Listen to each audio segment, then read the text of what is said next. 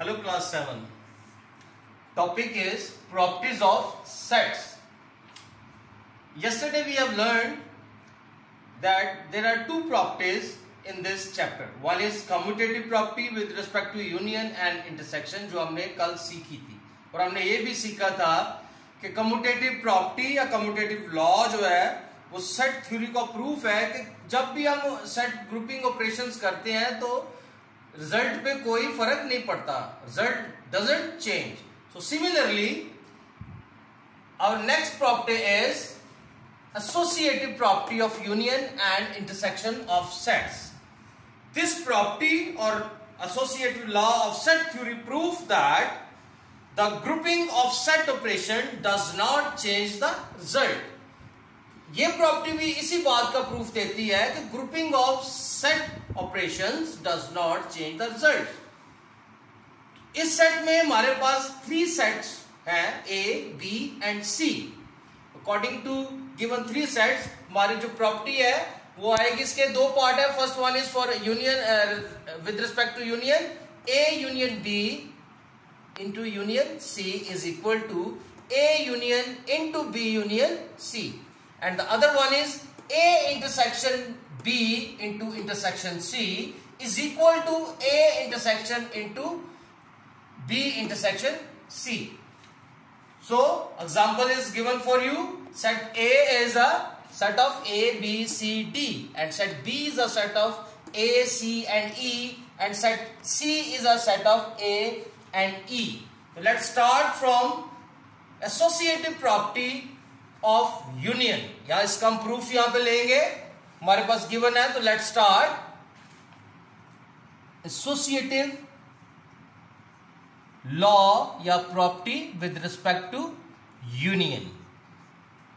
इसको प्रूफ करने के लिए हमारे पास एग्जांपल है, उसका एग्जांपल को यूज करेंगे. तो इसके हमारे पास 2 पार्ट है. One is left hand side and the other one is right hand side. तो first we use left hand side. Left hand side is A union into union C. तो बच्चों जो ब्रैकेट के अंदर होता है ऑपरेशन वो हम पहले करते हैं. सो ब्रैकेट के अंदर हमारे पास ऑपरेशन क्या है, A यूनियन B. तो हम क्या करेंगे, पहले सेट A जो गिवन है उसके एलिमेंट्स लिखेंगे, उसके बाद हमारे पास यूनियन है, फिर सेट B है उसके एलिमेंट्स लिखेंगे. हमने शुरू में सेट ऑपरेशंस पढ़े थे जिसमें हमने पहला ऑपरेशन यही पढ़ा था, union of sets. You should know what is the union of sets. Combination of 2 और मोर सेट्स. ये 2 या 2 से ज्यादा सेटों का कॉम्बिनेशन है. तो हम जब हम इसको कंबाइन करेंगे तो हमें यह भी पता है कि जो एलिमेंट रिपीट हो रहा है we have to write it at once. जो रिपीट हो रहा है उसको एक दफा लिखेंगे. ए इधर भी है इधर भी है, लेकिन हम एक दफा लिखेंगे. फिर बी, then C इधर भी है उधर भी है, we write once, and D and then E. This is a union B.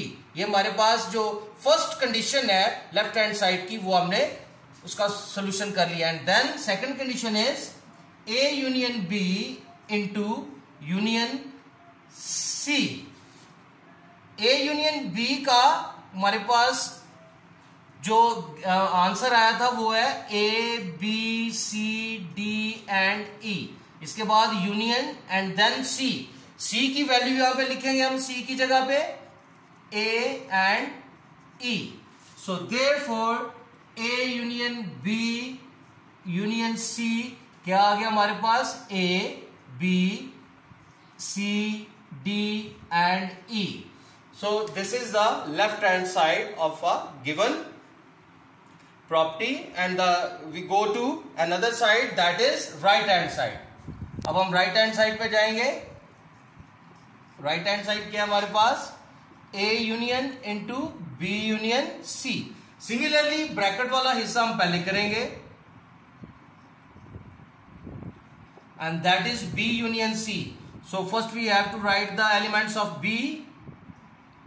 यहाँ set B and union, then we write set C instead of C, given set A and E.